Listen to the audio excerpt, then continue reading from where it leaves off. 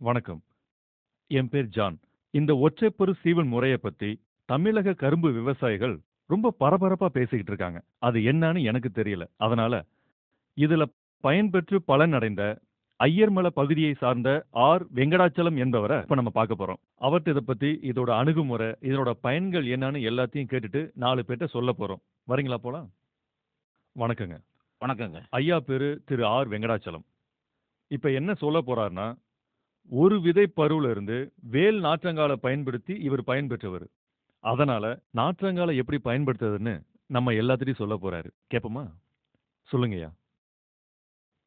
முதல்ல 5½ முதல் 7 மாசம் வரை உள்ள விதைக்கரும்ப நாம தேர்ந்தெடுக்கணும். 5½ முதல் 7 மாதம் உள்ள விதை கரும்ப தேர்ந்தெடுக்கணும். நாம தேர்வு செஞ்சிருக்கிற விதைக்கரும்புல இருக்கிற தொகையை கையால தான் உரிக்கணும்.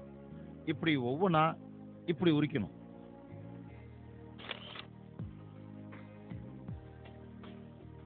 வெட்டுக்கத்தியை பயன்படுத்தி சோகையை உரிச்சா விதைப்பரு சேதமடைய வாய்ப்பு இருக்கு. இந்த ஒரு விதைப்பரு கரணைங்கிறது 1 ஏக்கருக்கு எவ்வளவு தேவைப்படும்? அது வந்து ஒரு விதைப்பரு கரணை 1 ஏக்கருக்கு 4500 இருந்து 5000 வரை விதைப்பரு கரணை தேவைப்படும்.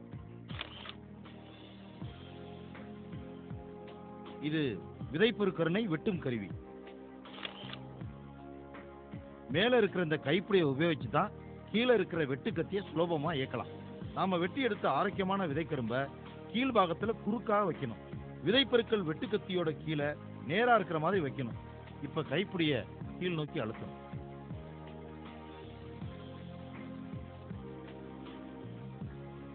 விதைக்கரும்புல இருந்து வெட்டப்பட்ட ஒரு விதை பரு.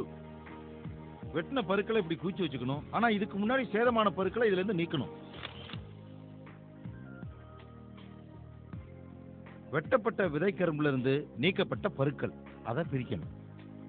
ஒரு கரும்புல இருந்து அதிகபட்சமா 10 இருந்து 12 சிறந்த ஒற்றைப்பரு சீவல்களை எடுக்கலாம். இவையெல்லாம் பிரிக்கப்பட்ட தரமான விதை பற்கள். இந்த வெட்டப்பட்ட விதைப்பரு சீவல்லாம் இருக்குல்ல, அத விதை நேர்த்தி பண்றது ரொம்ப அவசியமா?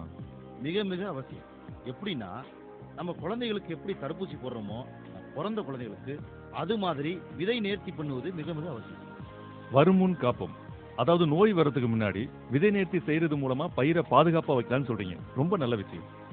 விதை நேர்த்தி செய்த விதை பருக்களை 2 இருந்து 3 மணி நேரம் நிழல்ல பரப்பி உலர வைக்கணும். அதனால என்ன பயன்? அதனால 90% முளைப்பு திறனை உறுதிப்படுத்தும். இந்த விதை நேர்த்தி பண்றோம்ல, அதுக்கு என்னென்ன தேவை? அதாவது முதல்ல ஒரு வாளி வேணும். அடுத்து 10 லிட்டர் தண்ணி வேணும். அடுத்து யூரியா வேணும். அடுத்து பெவிஸ்டின் பவுடர். அடுத்து சுண்ணாம்பு. இவ்வளவும் தேவை.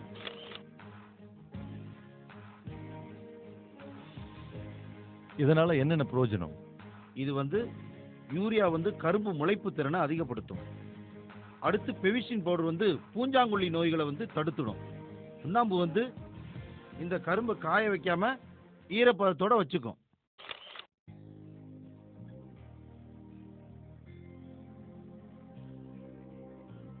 இப்ப இதுக்கெல்லாம் அளவு இருக்கா? இவ்வளவுதான் பயன்படுத்தணும்னு? ஆமா, நம்ம இஷ்டத்துக்கு கொட்ட முடியாது. அது 10 லிட்டர் தண்ணிக்கு 1/2 கிலோ யூரியா போட்டுக்கணும். யூரியாவை கலந்துக்கணும். சுண்ணாம்பு 1 டீஸ்பூன் அளவு கலந்து வச்சுக்கணும். பெவிஸ்டின் 10 கிராம் கலந்து வச்சுக்கணும். 10 கிராம் எத்தனை லிட்டருக்கு? 10 லிட்டருக்கு. 10 லிட்டருக்கு 10 கிராம். 10 லிட்டருக்கு 10 கிராம், அவ்வளவுதான்.